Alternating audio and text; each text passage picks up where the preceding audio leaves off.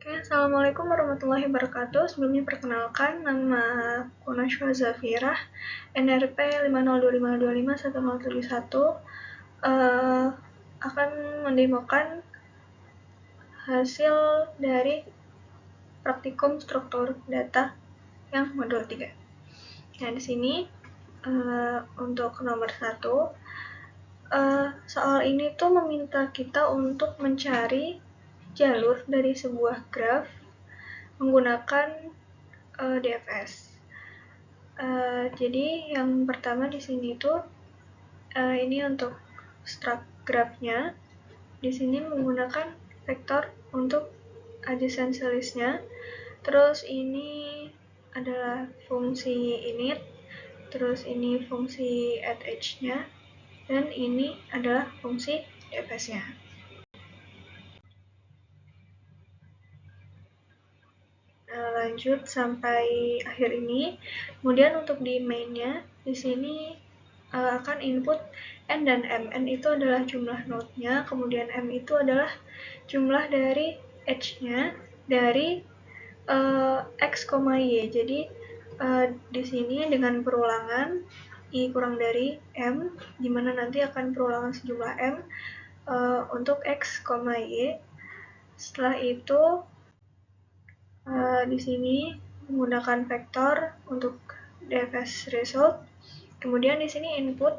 Jadi soal ini tuh meminta untuk mencari jalur dari A ke B. Makanya di sini setelah itu akan input A dan B-nya. Kemudian di sini menghitung DFS-nya. Setelah itu di sini mengatur untuk persimpangannya itu sama dengan 0.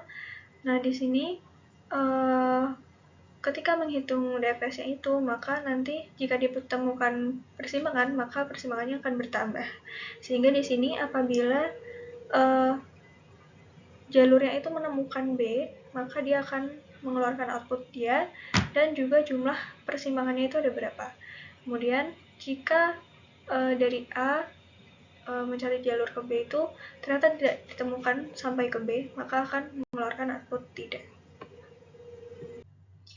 Oke, di sini untuk nomor 2. Jadi soal ini tuh meminta kita untuk mencari label dari king dusrannya. Jadi mencari kingnya itu yang berlabel apa. Nah, yang pertama input n dan m. N itu adalah jumlah orangnya, yang nantinya akan diberi label 1 sampai n. Kemudian m itu adalah jumlah edge dari x ke y. Ya gitu deh. Nanti sini yang pertama ada vektor untuk x yang menghormati y, kemudian ada vektor untuk y yang menghormati x. Kemudian di sini ada perulangan untuk input x dan y-nya sejumlah m. Nanti vektor dari x hormat dan y hormatnya akan bertambah. Kemudian di sini ini untuk mencari king-nya itu yang berlabel apa. Jadi apabila ada node yang dia itu tidak mengeluarkan edge atau tidak menghormati node yang lain, dan dia menerima edge dari node-node lain, atau dia dihormati oleh semua node yang lainnya, maka akan mengeluarkan label dari king dusranya. Jadi king dusranya itu yang berlabel berapa gitu. Apabila tidak ada kingnya, maka akan mengeluarkan output min 1. Nah, di sini sudah ada contoh sesuai dengan di soal. Di sini input n-nya itu 2 dan input untuk m-nya itu 1. Jadi untuk x-nya hanya ada satu pasang, yaitu x-nya 1, y-nya 2, jadi 1 menghormati 2, maka king dusranya adalah yang berlabel 2. Nah, lanjut untuk soal yang nomor 3. Jadi soal ini tuh meminta kita untuk mencari jalur dari ruangan S ke ruangan T dengan nilai keamanan yang paling tinggi.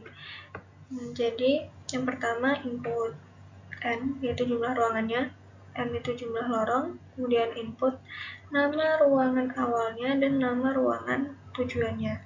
Setelah itu di sini ada map untuk list, ada map untuk nilai keamanan, kemudian di sini input untuk lorongnya. Jadi lorong dari ruangan A ke ruangan B dengan nilai keamanan B. Jadi lorongnya ini sebanyak M. Kemudian dimasukkan ke list. Setelah itu di sini nilai keamanan dari semua lorongnya itu diberi nilai 0 terlebih dahulu. Nah, di sini nilai keamanan untuk ruangan awal itu di set in max karena ruangan awal kan belum melewati lorong manapun. Setelah itu di sini ada priority queue bernama PQ. Nah, di sini maksudnya itu akan mengeluarkan nilai yang tertinggi dimulai dari ruangan awal. Nah, di sini ada perulangan.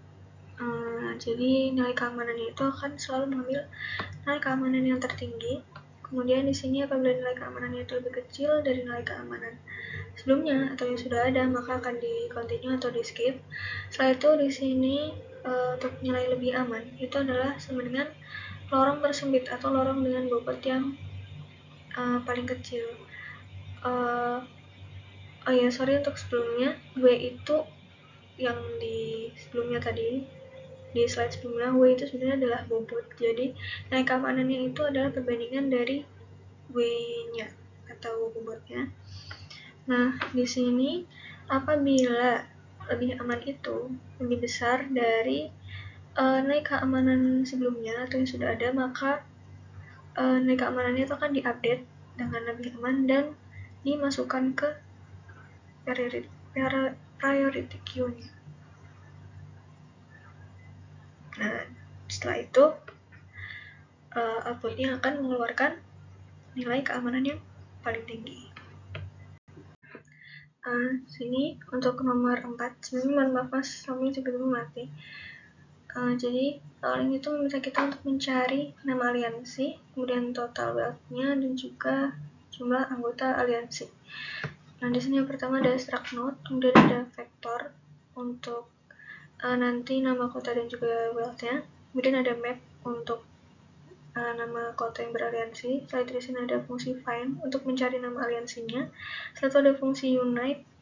Nah, di sini itu apabila rootnya sama, jadi dia satu aliansi, maka akan di skip. Kemudian di sini untuk mencari apabila yang wealth-nya itu lebih besar. Apabila wealth-nya itu sama, maka akan diambil yang nilai leksikografisnya itu lebih kecil. Nah, di sini ini untuk menjumlahkan wealth, untuk mencari total wealth-nya, kemudian di sini untuk mencari anggota aliansinya, dan di sini untuk mengarahkan root B ke root A.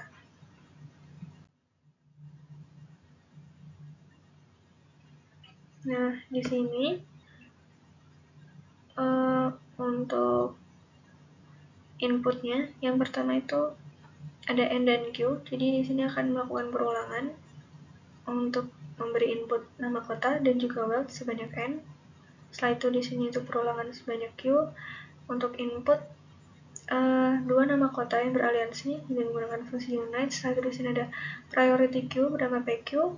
Nah, di sini itu perulangan sebanyak N menggunakan fungsi find untuk push nantinya yang berisi nama aliansinya, kemudian total wealth dan juga jumlah anggota.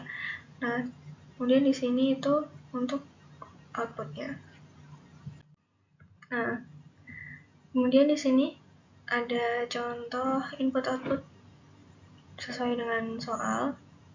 Yang pertama nih N itu ada sebanyak 7. Jadi ada 7 nama kota beserta wealth-nya. Kemudian ada 5 dari pasangan kota yang beraliansi. Di sini input outputnya sudah sesuai dengan soal. Sekian demo modul 4 dari aku. Mohon maaf jika ada salah kata. Wassalamualaikum warahmatullahi wabarakatuh. Terima kasih mas.